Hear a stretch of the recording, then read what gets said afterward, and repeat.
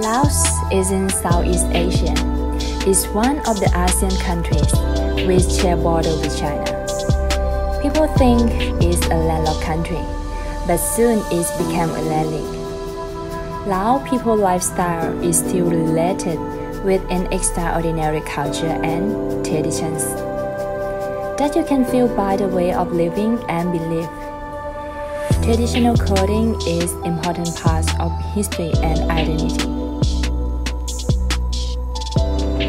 I am Tutu Paitida Podisan, Miss Friendship Lao 2019.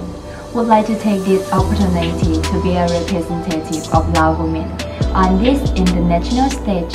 Thank you. 大家好，成都见，拜拜。